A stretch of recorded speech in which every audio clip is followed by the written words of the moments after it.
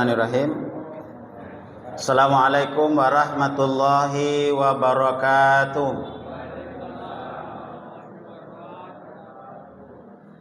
Alhamdulillahillazi anzalal Qur'an hudal linnasi wa bainati minal huda wal furqan. Asyhadu an la ilaha illallah wahdahu la syarikalah wa asyhadu anna Muhammadan abduhu wa rasuluh. La nabiyya ba'dah. Allahumma fassalli wa sallim ala sayyidina Muhammad wa ala alihi wa sahbihi ajma'in. Rabbi shrah li sadri wa yassir li amri wahlul 'uqdatam min lisani yafqahu qawli. Qala Allah ta'ala fi kitabihil karim, a'udzu billahi minasyaitonir rajim. Bismillahirrahmanirrahim. Wasari'u ila maghfiratin mir rabbikum wa jannatin arduhas samawati wal ard uiddat lil muttaqin. Shadaqallahul azim. Yang saya hormati pengurus masjid, Pak Imam, Pak Khatib dan Bilal, dan seluruh jamaah pengajian Masjid Al-Barakah Maghrib dan Isya. Mudah-mudahan kita semua dimuliakan oleh Allah. Berkumpulnya kita di masjid ini, kita berdoa berharap kepada Allah, semoga kita juga nanti dikumpulkan bersama-sama di dalam surganya Allah. Bapak dan Ibu jamaah yang dimuliakan Allah Subhanahu wa taala, dulu sekitar 2 bulan yang lalu saya pernah menyampaikan harapan-harapan kita kepada Allah dalam materi kajian. Harapan-harapan kita orang yang beribadah, orang yang beriman, yang melaksanakan ibadah. Apa harapan kita kepada Allah dulu? Yang pertama, kita berharap ibadah kita diterima oleh Allah. Ya Bu? Ya. Yang kedua, kita berharap dosa kita diampuni oleh Allah. Betul? Yang ketiga, kita berharap kepada Allah doa kita dikabulkan oleh Allah ketika kita berdoa. Betul? Jadi yang pertama yang kita inginkan kepada Allah, setiap ibadah yang kita lakukan diterima. Yang kedua, dosa diampuni. Yang ketiga, doa yang dijabah. Tapi ada kekhawatiran kita terhadap ibadah yang kita lakukan itu. Apa kekhawatiran? Jangan-jangan ibadah kita tidak diterima. Jangan-jangan dosa kita tidak diampuni. Jangan-jangan doa yang kita sampaikan tidak dikabulkan. Cemas, khawatir kita Bapak Ibu. Menurut kita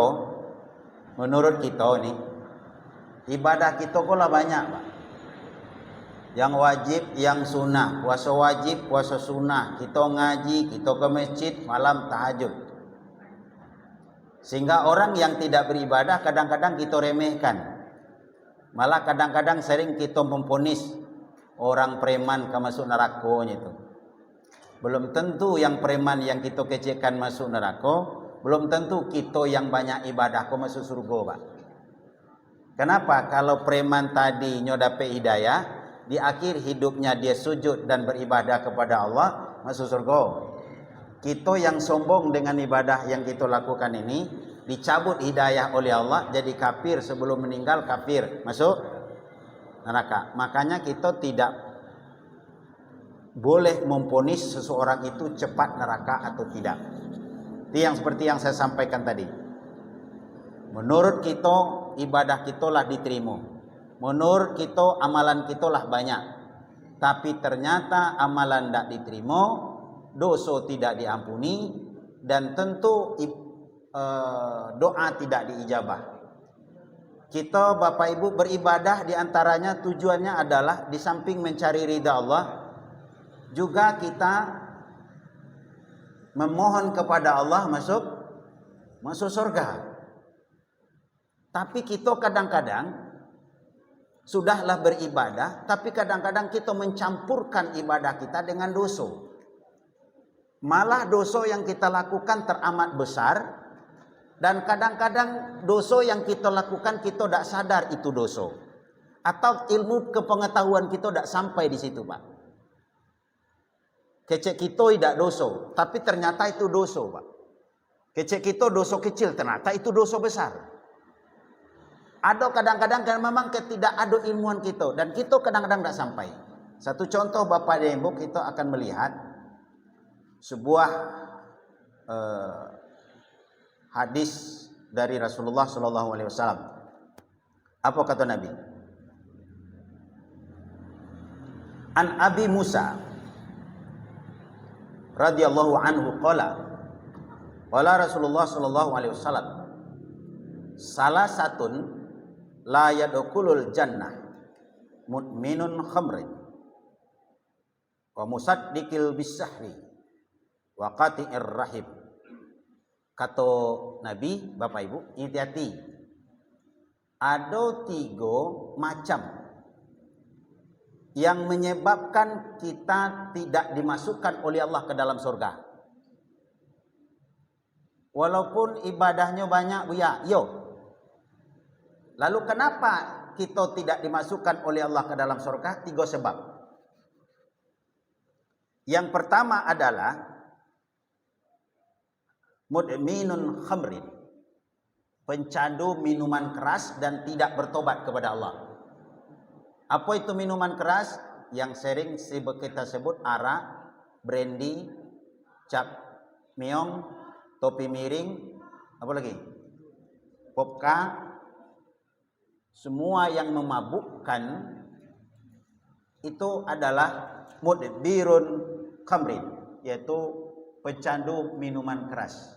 Dan kita Bapak Ibu tidak tahu. Kita ini punya masa lalu yang berbeda-beda.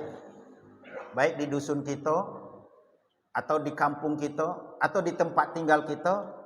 Dulu mungkin imannya kita belum kuat. Lalu apa? Gaya hidup dalam lingkungan kita ikuti. Minum minuman keras. Padahal minuman keras itu adalah induknya dari segala dosa kejahatan. Induk dari segala kejahatan.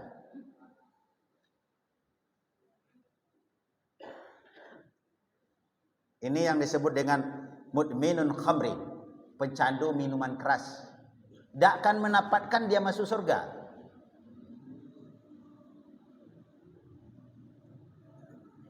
Makanya ini bukan zaman sekarang aja, Pak. Zaman Nabi itu pecandu minum keras itu lah banyak.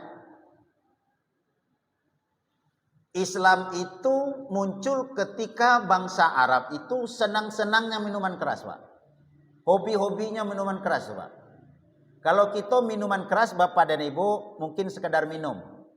Tapi orang Arab jahiliyah itu bukan minum aja, Pak. Jo mandi-mandinya pakai arak itu, Pak.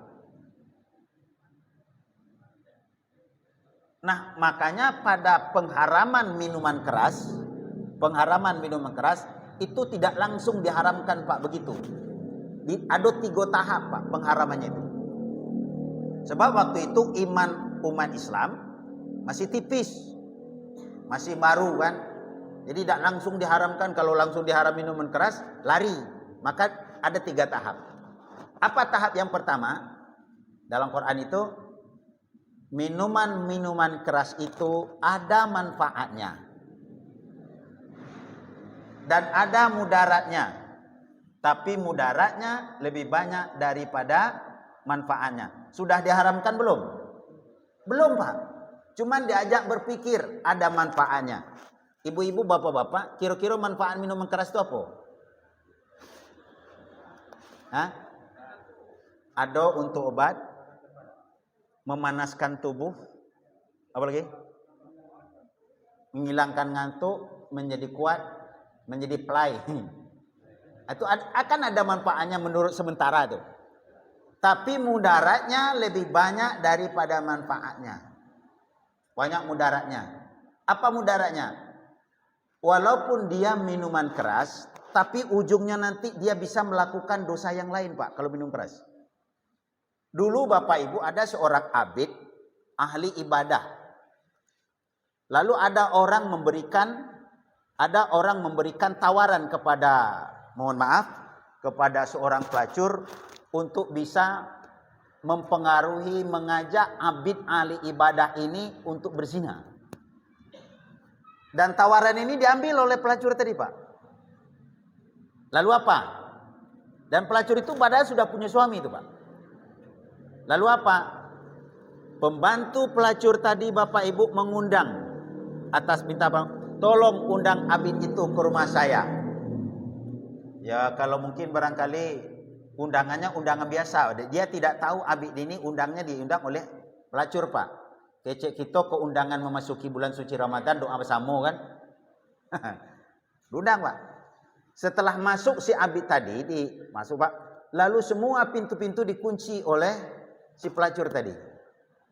Dan pelacur tadi berpakaian yang tidak rapi, artinya berpakaian pelacur lah kira-kira. Apa katanya?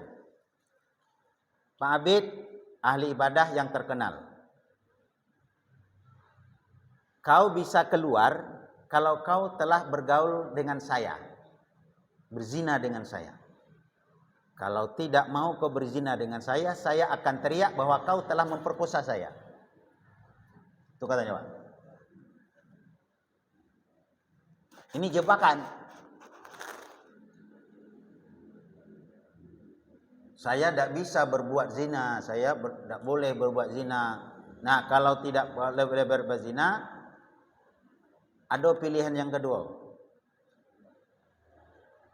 Apa pilihan kedua? Belum minum lagi, Pak.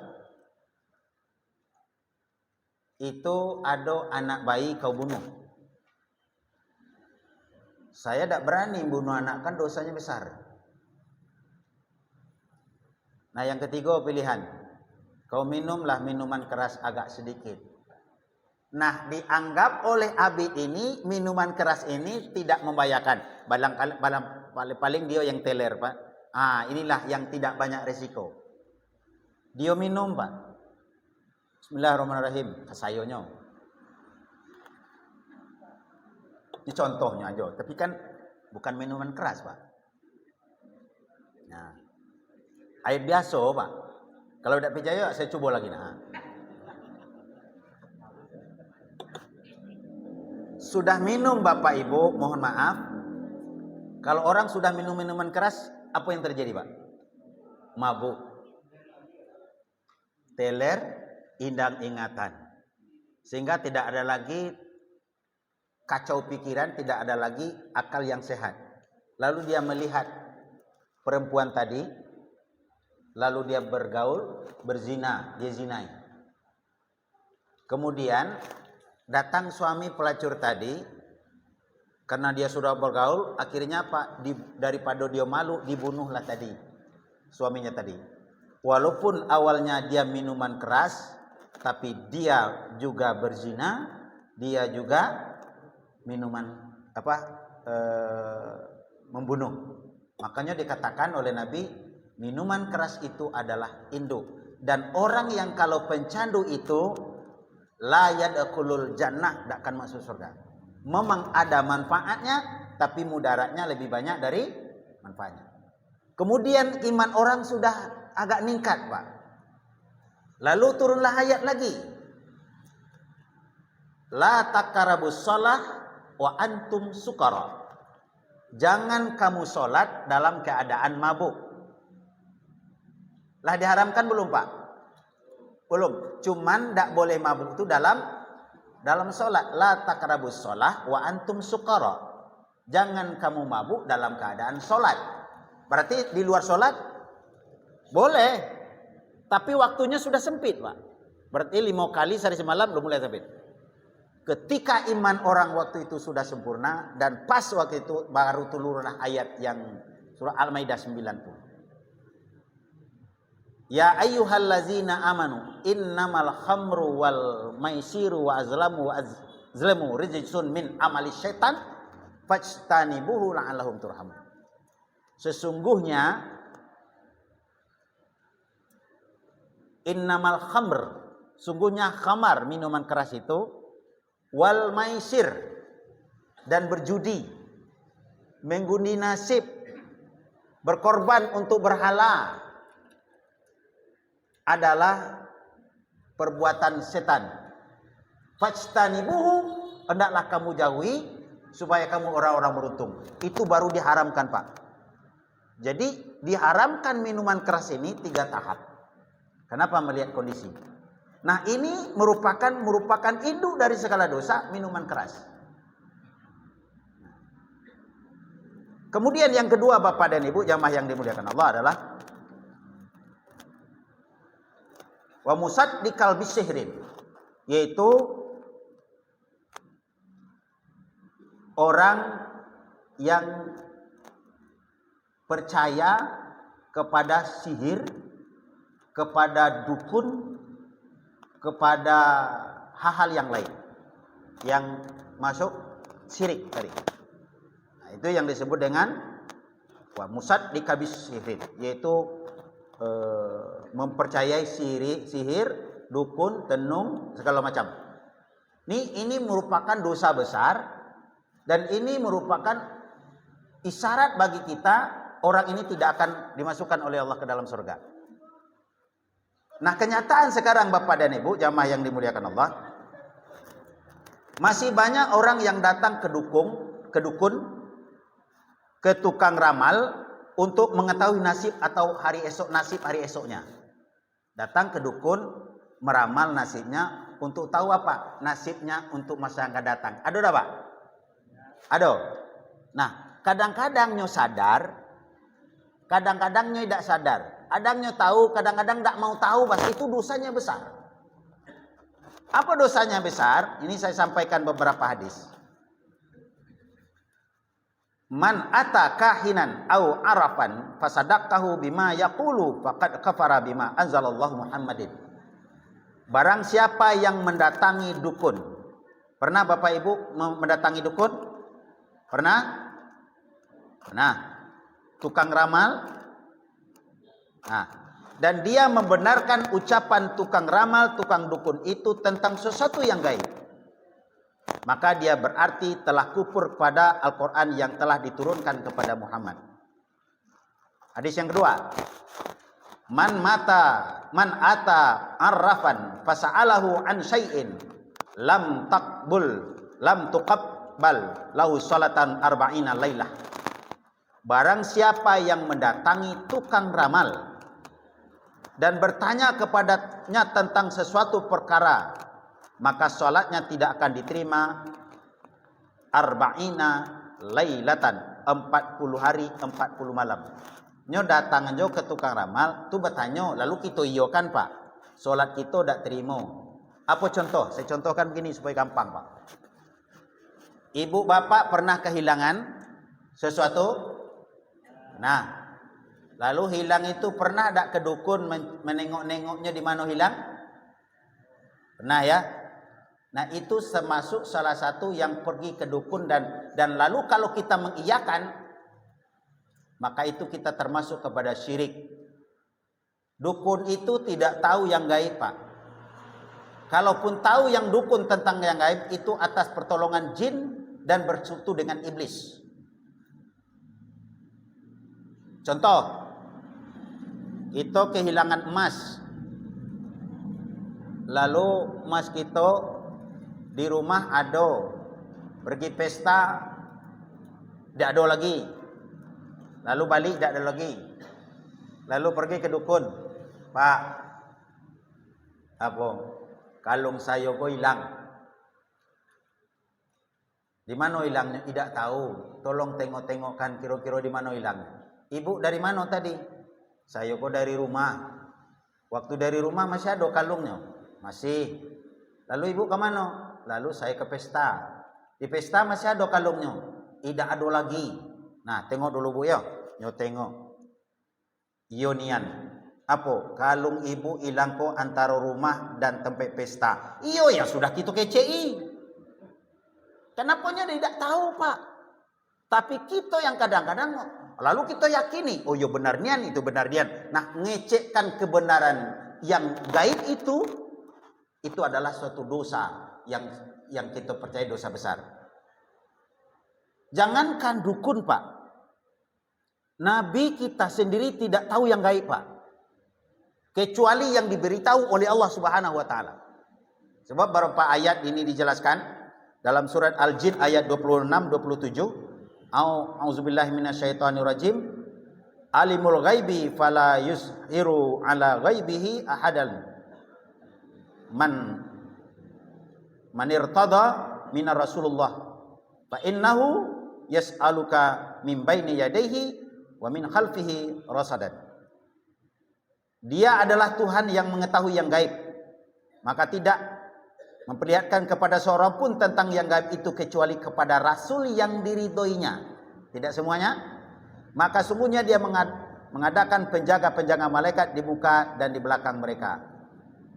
Kemudian yang kedua, ayat yang kedua, qul la ya'lamu man fis samawati wal ard ghaibal illallah. Katakanlah tidak ada seorang pun di langit dan di bumi yang mengetahui perkara yang gaib kecuali hanya Allah. Ini ayat, Pak.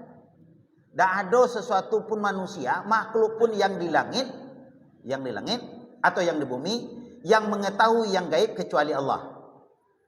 An-Naml ayat 65. Kemudian Al-A'raf, walau kuntu a'lamul ghaib la astaksartu minal khari. Dan sekiranya aku mengetahui yang gaib, tentulah aku membuat kebajikan sebanyak-banyaknya. Ini kata Rasulullah sallallahu alaihi wasallam yang dibawa dari firman Allah. Jadi Bapak Ibu, kesimpulan dari yang kedua ini, jangankan dukun, Nabi saja tidak diberitahu tentang yang gaib kecuali atas ridha Allah. Contoh, saya contohkan. Tahu nabinya tidak tahu yang gaib. Nabi itu Bapak Ibu melalui beberapa peperangan. Salah satu peperangan yang dilakukan oleh Nabi adalah perang Uhud. Dan waktu perang Uhud itu adalah Nabi dikatakan kalah. Dengan dibuktikan 70 sahabat Nabi yang hafal Al-Quran gugur di Bukit Uhud. Termasuk paman beliau Hamzah. Dan beliau ketika itu berdarah. Dan hampir kalah untuk bisa mundur. Banyak yang gugur. Nah, kenapa Nabi itu kalah? Kenapa banyak yang gugur? Sebab Nabi tidak tahu yang gaib. Kalau tahulah Nabi yang gaib, yang akan terjadi akan datang, mungkin Nabi tidak akan perang. Apa kata Nabi? Hai sahabat-sahabatku, kita ini sebentar lagi akan perang Uhud.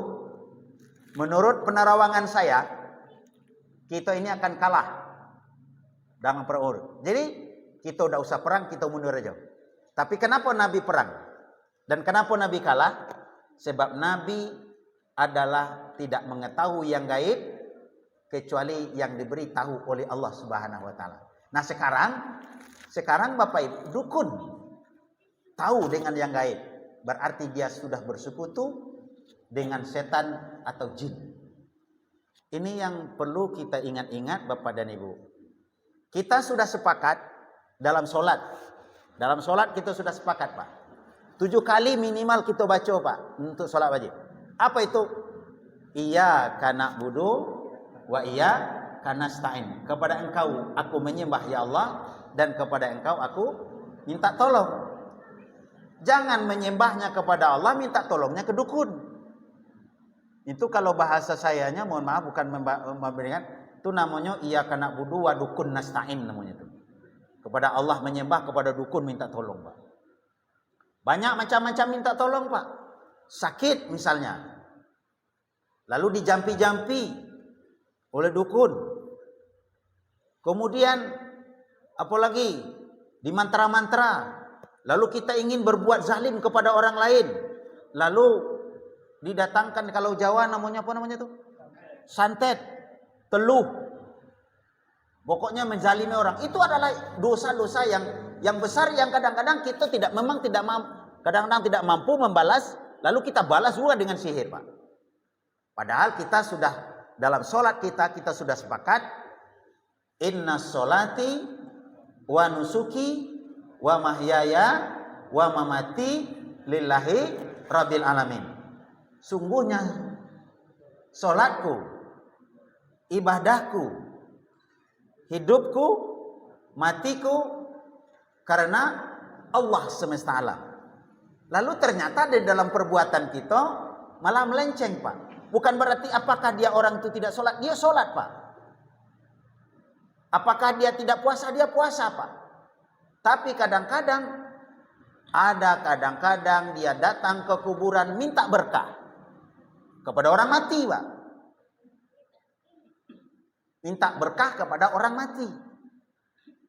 Padahal orang mati, bagaimana kita akan mendapatkan keberkahan, kebaikan, sementara dia sendiri kita tidak tahu dia selamat atau tidak.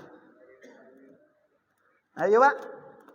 Yang mati itu entah selamat atau tidak, atau dapat naungan Allah tidak. Anak kita minta berkah juga. Jadi mintalah kepada Allah sesuai dengan yang kita katakan, iyyaka na'budu wa iyyaka nasta'in. Begitu juga sebaliknya. Seorang pedagang, kita tahu Bapak Ibu, yang memberikan rezeki siapa? Allah. Yang mencabut rezeki Allah. Allah memberikan rezeki kepada siapa yang dikehendakinya, dan Allah akan mencabut rezeki daripada siapa yang dikehendakinya.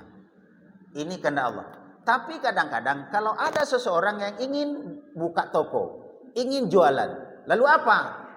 Lalu minta pelaris. Kepada siapa minta pelarisnya? Ke dukun, Pak. Pak dukun, saya buka toko. Lalu minta tolong didoakan, minta tolong dirajah-rajah, minta tolong diinikan supaya toko ini laris. Orang yang minta ke dukun tadi, Pak, nyotengok dukun ke miskin, Pak. Kalau dukun bisa mendatangkan rezeki, Pak dan Ibu, kenapa tidak dukun sekalian yang bertoko, Pak? Tapi minta ke tukang dukun yang miskin, yang tidak pernah ruku dan sujud kepada Allah. Nah, menurut logika kita tidak terima, Pak. Ini yang kadang-kadang yang kita khawatirkan tentang perdukunan. Lalu kadang-kadang meramal nasib. Pak dukun, cak mano lah kira-kira nasib saya 2 tahun yang akan datang. Apakah model iko juga, atau berubah dengan baik atau berbeda. Nah, yang namanya dukun kan dapat imbalan, dapat mahar. Ayo saya tengok dulu yo. Nah, ini nasib 2 tahun yang akan datang, 3 tahun yang akan datang. Ini puncak dari rezeki kau. Hari baik Senin dan Kamis. Asmara malam Minggu. Tapi berhati-hatilah. Dan kita percaya, Pak. Padahal kita sudah yakin tadi Allah akan memberikan rezeki kepada siapa yang dikehendakinya dan akan mencabut rezeki dari siapa yang dikehendakinya. Nah, kita kadang-kadang solat sudah dilakukan, tapi talbisul haqqo bil batil, kadang-kadang kita campur aduk aja, Pak. Yang pekerjaan. Dulu juga pernah juga kadang-kadang, mohon maaf, ketika orang bikin rumah lalu dikasih tiang, dikasih kudo-kudo di atas, di puncak kudo-kudo itu banyak diberikan. Ada pisangnya, ada kundurnya, apa lagi? Bendera, merah putih, apa lagi? Tebu. Nah, boleh tak dikasih begitu? Kalau tergantung niat, Pak. Kalau pekerjaan Allah yang kita kerjakan, itu menjadi syirik dan berdosa. Apa pekerjaan Allah? Mendatangkan rezeki. Lalu kita letakkan pisang di situ. Untuk apa pisang untuk di situ? Banyak niat supaya rezeki kita banyak seperti tuna, seperti pisang tuh. Ini pekerjaan Allah yang kita kerjakan seperti pisang. Ini syirik. Tapi kalau kita kerja, ngapa diletakkan pisang di situ? Untuk makan tukang. Tidak ada masalah, Pak. Dunia untuk makan tukang. Kenapa pakai kundur di situ? Nih, kundur itu kan dingin. Jadi supaya rumah kita dingin dikasih kundur. Di situ yang salah, Pak. Kalau rumah nak dingin itu, Pak, pakai AC. Jangan pakai kundur. Pakai AC. Tapi karena keyakinan tadi dihubungkan dengan yang demikian, itu jadi syirik jadinya. Kenapa pakai tebu di situ? Tebu itu kan manis. Jadi supaya rumah kita kelihatan manis. Tidak. Kok supaya manis rumah kita kelihatannya, catnya kasih elok-elok, modelnya elok-elok, bunga ditata elok-elok, itu manis kelihatannya. Bukan karena tebu itu. Dan di sini yang kadang-kadang kita rancu, Pak. Apakah mereka tahu? Kadang-kadang tahu tapi tidak mau tahu, Pak. Apakah kita selama ini kadang-kadang pergi ke dukun itu melihat barang-barang kita yang hilang, apakah dia tahu dosa? Dia tahu itu dosa tapi tidak mau tahu, padahal itu adalah induknya dosa, 3 hal yang tidak akan memasukkan kita ke dalam surga. Menurut kita biasa aja tuh, Pak. Dulu begitu juga. Tahun berapa itu? Musim cincin? Musim batu, cincin. Boleh tak kita pakai cincin? Boleh. Tapi jangan cincin dihubung-hubungkan dengan keyakinan, dihubung-hubungkan dengan kepercayaan, apalagi mendatangkan keberkahan. Misalnya, saya sejak pakai cincin banyak nian rezeki saya. Salah, Pak. Saya sejak bercincin tenang hati saya rasanya. Salah. Cincin adalah benda mati dan tidak akan memberikan mudarat dan manfaat kepada kita, cuman sekedar hiasan, silakan aja. Tapi kalau sudah dihubungkan dengan pekerjaan-pekerjaan Allah, disitulah akidah kita kurang. Makanya Nabi, Bapak dan Ibu, 13 tahun Nabi di Mekah itu, Pak, selama 13 tahun itu untuk meluruskan akidah aja, jangan sampai talbisul haqqa bil batil, campur aduk, Pak, dengan yang batil. 13 tahun, Pak. Baru pindah Nabi ke Madinah, baru di situ Nabi meletakkan tata kelola kemasyarakatan, hubungan manusia dengan manusia. Berapa tahun? Paling-paling 8 sampai 9 tahun, Pak. Lah biasa, Pak. Tapi di Mekah 13 tahun, itulah Qul huwallahu ahad. Itu aja dulu, Pak. Jadi Allah tidak boleh disyirikatkan segala Allah. Maka di dalam Al-Quran Allah ingatkan kita, innallaha la yaghfiru ayyushraka bihi wa yaghfiru ma duna zalik liman yasha. Wa man yusyrik billahi faqad ihtara isman.